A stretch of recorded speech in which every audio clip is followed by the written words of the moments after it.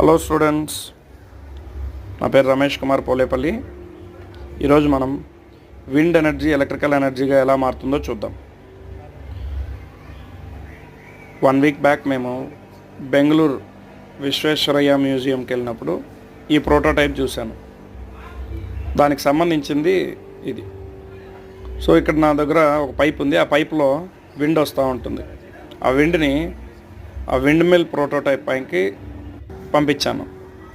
ఎప్పుడైతే ఆ wind high స్పీడ్గా ఆ ప్రొపెల్లర్ని తిప్పుతుందో ఆ లోపల ఆ ప్రొపెల్లర్ ఆ జనరేటర్ లోపల ఉండే మ్యాగ్నెట్స్ మధ్య ఒక కాయిల్ రొటేట్ అవుతుంది.